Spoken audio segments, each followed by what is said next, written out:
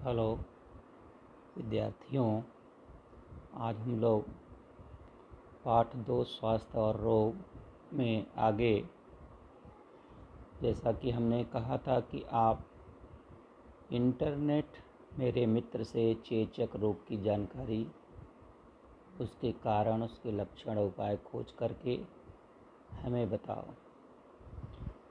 और उससे अधिक जानकारी पल्स पोलियो अभियान के बारे में जो आपको प्राप्त होती है उसे लिखकर हमें भेजें। अब इस चित्र में संचित की गई वस्तु क्या आपने कभी देखा है? गमले में लगा पौधा घर में आपने देखा होगा,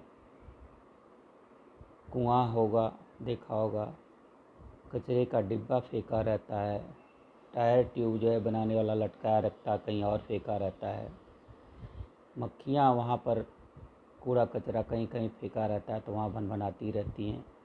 डस्टबिन घर में रहता है, बाहर भी सोसाइटी इत्यादि का रहता है। तो वहाँ पर उस परिसर में ये आता कहाँ से है?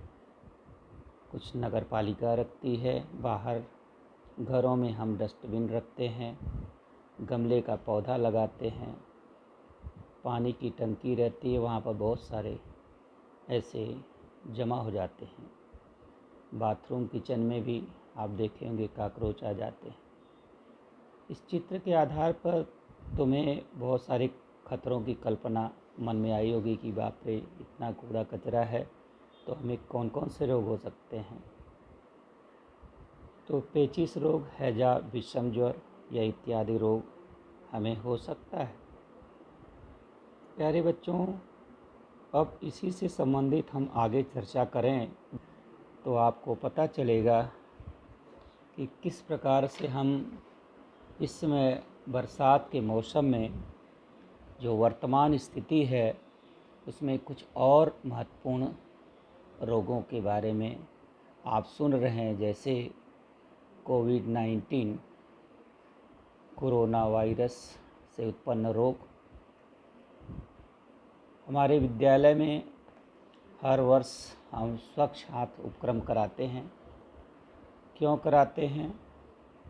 क्योंकि गंदे और अस्वच्छ हाथों में कई रोग जंतु होते हैं। यदि वो रोग जंतु, रोग के कारण करने वाले जो जंतु किसी कारण से हमारे मुख से टच होकर के, मुख के माध्यम से हमारे शरीर में यदि प्रवेश कर गए तो अन्न नलिका के कई रोग उत्पन्न हो जाएंगे। इसलिए बच्चों, बार बार कहा जाता है कि हाथों को स्वच्छ धोते रहिए और कैसे धोना चाहिए ये आपको बताया गया है। हमारा स्वास्थ्य उत्तम बना रहे, यही सबसे बड़ा उद्देश्य है कि हमारे विद्यालय में हर वर्ष स्वच्छ हाथ कार्यक्रम रखा जाता है। बच्चों, साथ में आपको ये भी हमने बताया था कि बारिश के मौसम में पानी सदैव उबाल करके पिएं, छान करके पिएं, ढक करके पिएं, क्योंकि वर्षा ऋतु के समय आप देखते हैं कि आसपास के क्षेत्रों से बहकर आने वाले जो गंदा पानी होता है, पानी की आपूर्ति करने वाले जो जलाशय होते हैं, झील होते हैं, उसमें ये गंदगी मिल जाती है।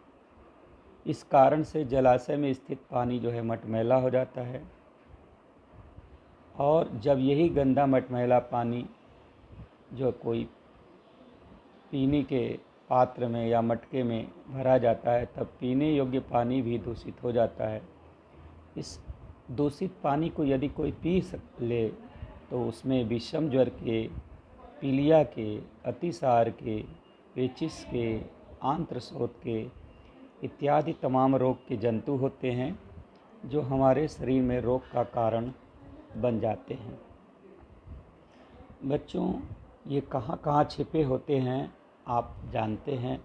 पानी के अंदर। तो पानी से जो उत्पन्न रोग होता है उसे हम जल जनित रोग कहते हैं।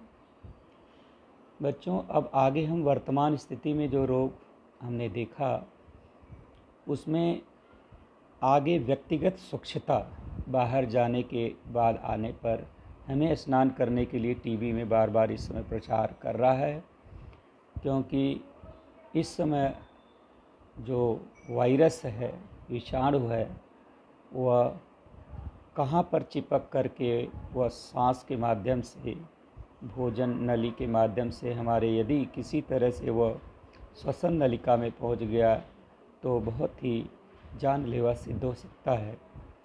तो पहले से भी ऐसे बहुत सारी बीमारियों में चिताया गया था, अब और बताते हैं। मास्क पहने, हाथ बार बार 20-20 सेकंड तक धोएं, नहीं तो हमें हो सकता है। अगर ये साफ़ सफाई नहीं रखते हैं तो अब और बीमारियों का सामना कर सकते हैं। पिछले चित्र में हमने दिखाया था कि किस प्रकार से टायर के अंदर मच्छर के लार्वा जो विकसित हो जाते हैं, वह लार्वा अन्य रोगों का, जो मलेरिया है, डेंगू है इत्यादि जो है कारण बनते हैं। जो पानी उसमें संग्रहित होता है, वहाँ पर मच्छर आकर के बैठ जाते हैं। आने के बाद वो अंडे देते हैं तो उनकी वृद्धि होती है। फिर उनके लिए पोषक वातावरण निर्मित हो जाता है, जो भी पोषक पदार्थ चाहिए खाने पीने का विकास के लिए, जिसके कारण उनका विभाजन होकर के उसकी संख्या बढ़ जाती है। मच्छरों की इस प्रकार से विभिन्न प्रजातियां पाई जाती हैं जो अलग अलग रोगों का प्रसार करती हैं। उनमें से एडिस इजिप्टी प्रकार का जो मच्छर होता है, आपने सुना होगा, एक भयंकर बीमारी डेंगू नामक संक्रामक रोग, उसका प्रसार होता है। इस रोग का कारण है फ्लेवी वायरस। उस प्रकार के जो उसके फ्लेवी वायरस का डेन 1 और 2 प्रकार के विषाणु होते हैं जो डेंगू का कारण बनते हैं, जिसमें कुछ लक्षण प्रकट होते हैं, जैसे पहला तेज बुखार, तेज में सिर दर्द होना, उल्टी होना। सबसे महत्वपूर्ण दूसरा है आँखों में अधिक दर्द शुरू होना। तीसरा है रक्त में रक्त पट्टिकाओं या जिसे प्लेटलेट्स अंग्रेजी में कहते हैं, उसकी संख्या बहुत तेज़ी से कम होने लगना, जिसका परिणाम होता है कि शरीर के अंदर रक्तस्राव होने लगता है, रक्त का बहना शुरू होता है। इसका हम रक्त परीक्षण करते हैं, सेरोलॉजी परीक्षण करते हैं, जिससे रक्त में एंटीबॉडीज़ की जांच होती है और फिर रोगी का निदान करने में सहायता मिलती है। बच्चों, तुम्हारे परिसर में, गांव में आप ग्राम पंचायत, शहरों में नगर पालिका, महानगर पालिका मच्छरों के प्रसार के प्रतिबंध के लिए बहुत सारे उपाय करती हैं। कभी आप बिल्डिंगों में आप देखते होंगे कि वो धुआं मारने आते हैं, केमिकल छिड़कते हैं। तो ऐसे इस प्रकार से वो मच्छरों को मार करके, रोग जंतुओं को मार करके हमें निरोगी बनाने में सहायक होते हैं। आप हमेशा उन्हें धन्यवाद दें। अब एक चित्र और हम देखते हैं जो हमें बताएगा कि किस प्रकार से डेंगू का कारण बनता है। आप देख लीजिए, इस चित्र में जो बचने का उपाय कुछ दिया है, मच्छर रोधी पत्तियाँ या कॉयल जो है, कछुआ छाप अगरबत्ती ऐसे कंपनी का कीटनाशक दवाइयों का छिड़काव करते हुए व्यक्ति है। गम्बोसिया मछली या गप्पी मछली को पालते हैं घरों में लोग कि मच्छर आए तो लार्वा। एडीज इजिप्टी का मच्छर देख लीजिए जो है किस प्रकार से यह जो है होता है। घर में जो है गर्मी के दिनों में लोग वाटर कूलर प्रयोग करते हैं। छोटे बच्चों को जो खुला छोड़ देते हैं तो वह उनके संपर्क में आकर के संक्रमित हो जाते हैं। पानी की जो टंकी है उसमें घर में रहता है, फिल्टर्स हैं, अगर खुला छोड़ दें तो भी ऐसा हो सकता है। मटका है, मानव निर्मित पात्र, जो ये डेंगू के कारण भी बनते हैं और उनके प्रतिबंधक उपाय क्या हैं, हम लोगों ने इस चित्र में देखा। बच्चों, अब आप इन लक्षणों के आधार पर अपनी रक्षा कर सकते हैं।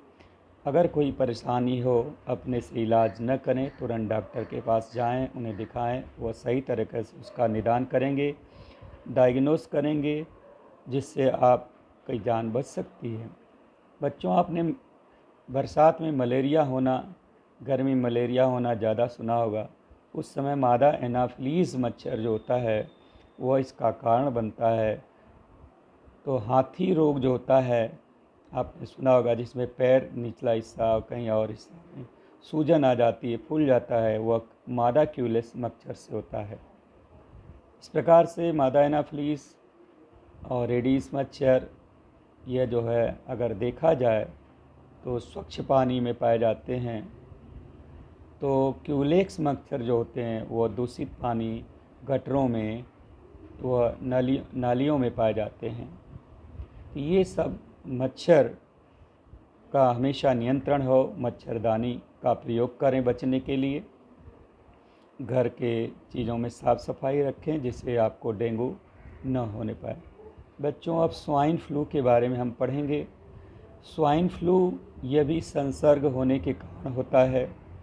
स्वाइन फ्लू का संपर्क जो होता है सूअर नामक प्राणी के द्वारा जब होता है तो मानव में यह रोग होता है। स्वाइन फ्लू के जो विषाणु होते हैं उसका प्रसार रोगी के पसीने से होता है। नाक और गले के जो स्राव हैं वह थूक होता है, उससे होता है। स्वाइन फ्लू अगर किसी व्यक्ति को हो जाए तो उसे क्या आपको पता चलेगा कैसे? तो वो लक्षण के आधार पर उसका दम घुटने लगेगा, दम लगेगा बार बार, श्वसन मार्ग में रुकावट जैसा प्रतीत होगा, गले में खिचखिच जैसा प्रतीत होगा, शरीर में दर्द होगा। स्वाइन फ्लू का निदान करने के लिए रोगी के गले का द्रव पदार्थ का नमूना ले आते हैं प्रयोगशाला के लोग, और उस प्रयोगशाला में जांच के लिए भेजा जाता है। राष्ट्रीय विषाणु विज्ञान संस्था, national institute of virology NIV, जो महाराष्ट्र के पुणे शहर में स्थित है, और राष्ट्रीय संचारी रोग संस्था, national institute of communicable diseases NICD, जो दिल्ली में स्थित है, वहाँ पर इसकी जांच करने की व्यवस्था है। बच्चों, मार्च 2009 में मैक्सिको देश में सर्वप्रथम इस रोग से पीड़ित रोगी ध्यान में आए। Swine flu influenza A H1N1 विषाणु के कारण होता है, यह पता चला। यह रोग सूअरों में पाए जाने वाले विषाणुओं के कारण होता है। सूअर के संपर्क में रहने वाले जो व्यक्ति होते हैं, इन विषाणुओं की बाधा उन्हें ज़्यादा होती है। इस प्रकार से आप 2 रोगों के बारे में अध्ययन किए। आगे हम लोग एड्स और अन्य प्राणियों द्वारा होने वाले रोग के प्रसार के बारे में अध्ययन करेंगे। Thank you.